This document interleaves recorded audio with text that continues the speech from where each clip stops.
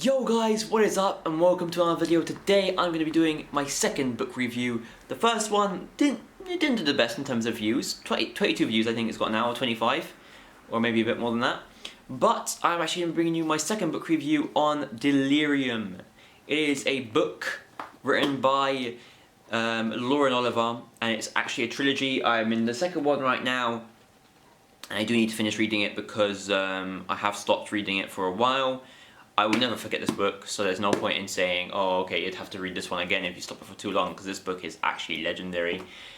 It's different. It's different to Heartbones. I released a book review on Heartbones. Go check it out. I'll leave a link to it in the description maybe, and maybe here, a tag. Maybe it'll be at the end of the video, I'm not sure. But yeah, just go on my channel and click on it if you want to see it. But this is a book called Delirium. It is, I'll give you a brief summary, but first I'm going to read the back of it. So this is the first book in the remarkable New York Times best-selling trilogy about forbidden love, revolution, and the power to choose. It is a dystopian Romeo and Juliet that deserves to be as massive as the Twilight series. So I'm going to read you the synopsis now quickly. They say that the cure for love will make me happy and safe forever. And I believe, and I've always believed them until now. There was a time when love was the most important thing in the world. Basically now it's quite important. But in the book, it is not that important. I'm going to continue reading now. People would go to the end of the earth to find it. They would tell lies for it, even kill for it. True. But now love has been declared a dangerous disease. Everyone who turns 18 must be immunized with a procedure called the cure.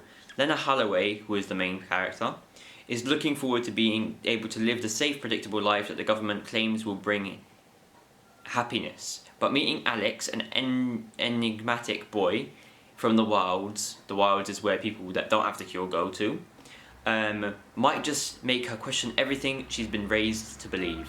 One of the most addicting books we've come across in ages, and one of the most exciting writers around. Heat. That is the book. Now, basically, I'm going to give you my small synopsis on it. It is a love story, basically. Not only a love story, it is a dystopian novel that is around, as it said on there, a government that is based around that love is a disease. You can't dance, you can't listen to certain types of music, you can't listen to rap music, you can't listen to a few other types of music, and there are a few other things as well in the book that you can't do. There are a few different types of things, like parties you can't go to. You can't be interacted with different sexes. I think that's a certain thing that you can't do unless they are cured. You can't be interacted with them or can't be seen with them alone.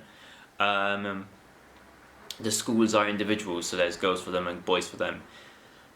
And yeah, basically Lena meets Alex, a boy who has been crushing on her for a while, leaving her notes in this statue, and hoping that she'd see them. She never saw them, and then he meets her at an observation deck when she was doing her test to see if she's ready to be cured before she hits 18.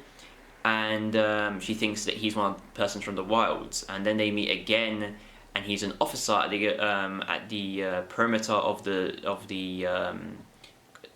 what's it called, the city, and he says, no, I'm not, and he gives her a time. He hints to her to meet at a time at a certain place, and I'm pretty sure she goes, or she's late or something and she can't go, and then she meets him at a party later on.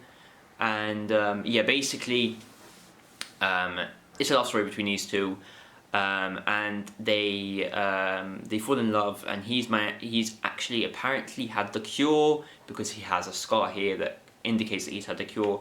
But in the end, everyone figures out that he hasn't had the cure, and that he is from the wilds. And basically, it's a love story that goes on an adventure with Lena Holloway and Alex, the boy that she meets. And basically they go on an adventure to try, and once they do fall in love and Lena doesn't believe at all, or at least he comes to question, he makes her question whether what she's come to believe is true or not. And at the end of the day, they go on an adventure to try and maybe reveal the truth to some other people as well.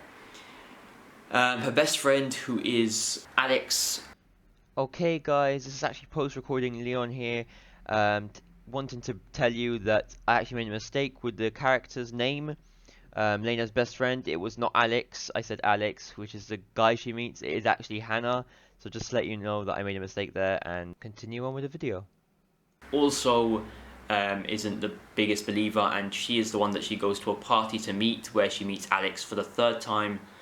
And they also have a little moment there at one point. This is when Lena thinks he's been cured, and she doesn't have any intention on doing anything, obviously, with him or having any sort of connection with him. But obviously, everything changes by the end of the book. I'm not going to spoil anything more, so I'm going to leave it up to you guys to go and read it if you want to. This book is, as I said, a trilogy, and it has, let me tell you how many pages. It has 393 pages. 393 pages. I've read it. I read some of it. I read some of it as an audio. I listened to some of it as an audiobook while following the words. I believe that it's one of the greatest books that I've read. I haven't read much, as I said, but it's different to Heartbones. This has more to it than Heartbones. Heartbones is a more relaxed reading. It's like, alright, you know, it's like a love story, and it's, you know, romance in summer. You know, it's kind of a vibey book. It's a vibey book. It does keep you at the edge of the seat to a certain extent, but it's a vibey book. This is just like an edge of the seat. At every moment you're at the edge of the seat. There's multiple moments in this book where you're at the edge of your seat in every single moment. And it's an incredible book. I would rate this book. I rated the other book 4.5. I'll rate this 4, maybe 4.5 as well, because they are both almost as good as each other. If not, they're both 5 stars. For now, I haven't found a book like them, but obviously I haven't read many books apart from them two in the past few years anyways. So yeah, if you have any book recommendations that are similar to these two books and you know about them, let me know in the comments. I'll be happy and glad to take them into account, to maybe read them and maybe do a book review on them in the future. So yeah, hope you have enjoyed this video, short and sweet, as you guys like it, I hope. And yeah, give it a like if you have enjoyed it, and I'll see you guys in my next one. Peace.